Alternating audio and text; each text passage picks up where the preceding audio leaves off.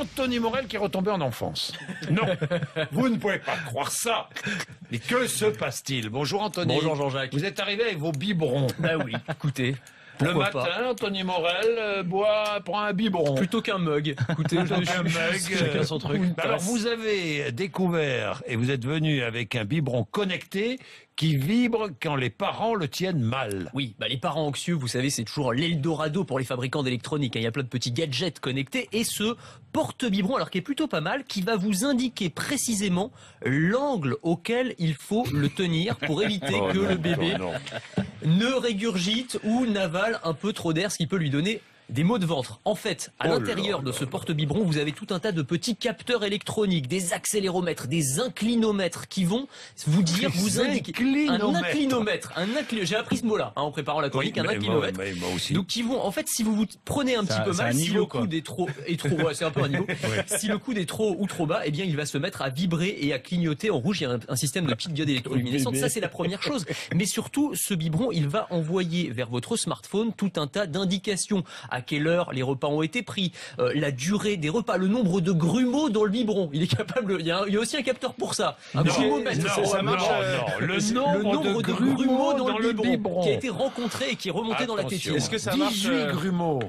C'est pas bon pour le bébé. 17, ça passe. Ça marche avec l'allaitement. C'est vraiment. Ça vous En même temps, il n'y a pas de grumeaux et pas de maux de ventre avec l'allaitement. Et alors c'est un petit mouchard aussi, c'est-à-dire que si par exemple la nounou oublie de donner le biberon, et bien vous recevez un SMS sur votre smartphone. Voilà. Non mais vous nous surprendrez toujours, hein, Anthony. Mais j'espère bien. Il existe aussi. Mais alors non mais écoutez ça. Il existe aussi des tétines connectés qui vous alertent sur votre téléphone quand votre petit fait une poussée de fièvre. Ouais, la tétine qui se transforme en assistant médical personnalisé. Alors à l'intérieur de cette tétine, il y a des petits capteurs de température. Alors les tétines thermomètres, ça existait déjà. Moi je savais pas, j'ai pas d'enfant, mais ça existait déjà. J'ai vu ça. Mais alors celle-ci va plus loin parce que en plus de faire thermomètre, elle va envoyer cette information-là vers votre smartphone. Donc vous allez recevoir quand le petit fait de la fièvre, une alerte qui vous dit voilà, il y a un problème et vous allez avoir un suivi jour par jour de la fièvre du petit. Je viens de voir le prix, c'est $40 la tétine. Oui, $40 la tétine.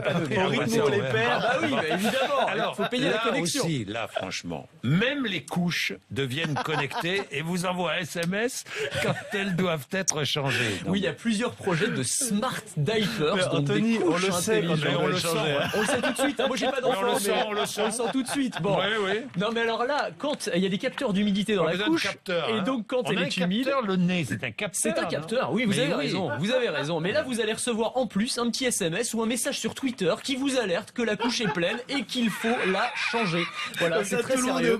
Comme ça, tout le monde est au courant. Alors, il y a quand même une fonction intéressante d'un point de vue médical. C'est-à-dire que la couche va aussi analyser, par exemple, des problèmes de déshydratation éventuelle, des problèmes de rein, une infection urinaire. Et ces informations-là aussi vont remonter vers votre smartphone. Donc là aussi, ça va pouvoir servir de coach médical personnalisé. Merci Anthony Morel. Merci pour vos trouvailles.